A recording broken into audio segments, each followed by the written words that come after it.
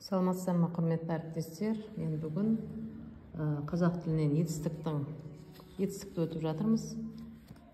Мынандай карточкалар дайындадым. Бұл жерде етістіктің сұрақтарын ата. Бұл карточкаларды бірнеше рет пайдалана беруге болады әр сабақта.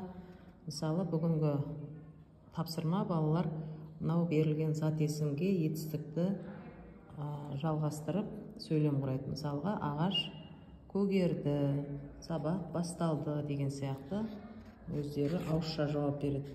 Кейін бұл карточкалардағы тапсырмаларды өшіріп тастасаңыздар болады.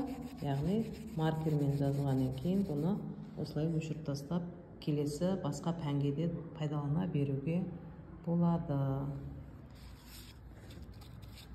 Егер де электронды варианты қажет болатын болса, Telegram каналда электронды вариантын беретін боламын.